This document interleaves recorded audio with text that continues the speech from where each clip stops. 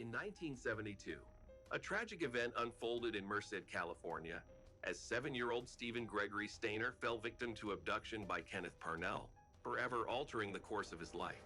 Steven, a young boy from the tranquil Merced suburb, was on his way home from school one fateful Monday, just 3 weeks before Christmas.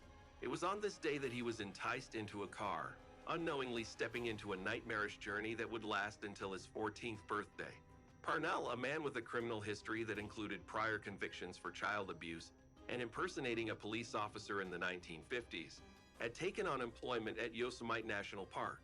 Under the guise of being a minister of religion, he managed to manipulate his naive and unsuspecting coworker, Erwin Edward Murphy. In 1972, Kenneth succeeded in persuading Erwin to assist him in the abduction of a young boy, misleading him with the false promise of raising the child according to stringent religious principles. On December 4, Steven Stayner was deceived into Parnell's car under the pretense of being taken home. However, he found himself transported to a secluded cabin in the Caddis Valley, where he endured a harrowing period of captivity. Subsequently, Steven and his captor embarked on a nomadic existence, traveling across the United States, adopting aliases and living in the shadows. Regrettably, Steven's captor, Kenneth Parnell, saw him as having outgrown his usefulness, leading to the horrifying circumstance in which he was coerced into participating in the abduction of yet another innocent victim. In 1980, at the age of 15, Steven Stayner accomplished a remarkable feat by rescuing 5-year-old Timothy White from a fate similar to his own. He managed to escape from the clutches of the Parnell cabin and embarked on a daring journey back to his hometown, hitchhiking his way to safety. This unexpected return transformed Steven into a bona fide hero, forever altering the trajectory of his life. However, despite this heroic act, Steven carried the heavy burden of childhood trauma with him for the remainder of his days. Steven Steiner's kidnapping. Born on April 18, 1965 in the serene town of Merced, California, Steven Gregory Stayner came into the world as part of the loving Steiner family. Delbert and Kay Steiner, alongside their 5 children, which included Steven, his older brother Cary, and 3 sisters, nurtured their close-knit family amidst the picturesque almond groves and peach orchards of their quaint farm town. Little did they know that a malevolent presence lurked dangerously close to their idyllic lives. Kenneth Parnell, employed at Yosemite Lodge, was merely 2 hours away from their home. As early as 1972, he had already begun scheming to abduct a child, persuading Erwin Murphy to assist him in a sinister plan to indoctrinate the child. On that fateful December 4th, Murphy, while distributing religious pamphlets to children, was playing his part, while Parnell waited around the corner in his white Buick. Under the pretense of church-related work, Murphy approached young Steiner and inquired about potential donations for the needy. The trusting boy agreed and consented to give him a ride home. In a chilling turn of events, a smiling Kenneth Parnell pulled up, and without a shred of suspicion, Steven willingly entered the car. As they drove out of town, Parnell stopped on Highway 140 and pretended to call Steiner's parents from a payphone. Later, he told the boy that Delbert and Kay didn't want him back because they thought he was an extra mouth. Meanwhile, his parents had notified Merced police that their son had not returned from school. An hour later, a massive search for Steven had begun, but unfortunately they found no trace or witnesses. Kenneth took the boy back to his cabin and sent Erwin Murphy home. Parnell begins harassing Steiner on the first night, and from then on Steven's life becomes a horrific dream. Life with Kenneth Parnell. Not only did Parnell continue to sexually abuse Steiner, he also told the boy that his parents could no longer afford to raise 5 children. Kenneth convinced Steven that he had been granted custody, and that Steiner would henceforth have a new first and last name, Dennis Gregory Parnell. By doing so, he allowed the boy to keep his middle name. Katy Valley in Mariposa County, where Steven now lives, is just 27 miles from Merced, but investigators had no leads and no idea where to look for the child. Meanwhile, just weeks after Steiner disappeared, Parnell pretended to be Steiner's father and enrolled him in Steel Lane Elementary School. Although Steven was given more and more freedom over time, Steiner was too young to even think about running away.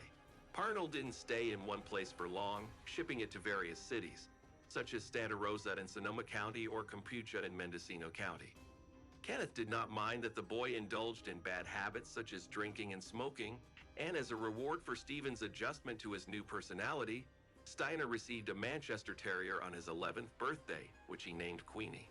Meanwhile, Parnell even began dating and moving in with a woman named Barbara Mathias. After a few years, it became apparent that Steiner had aged, and Parnell desperately searched for younger victims.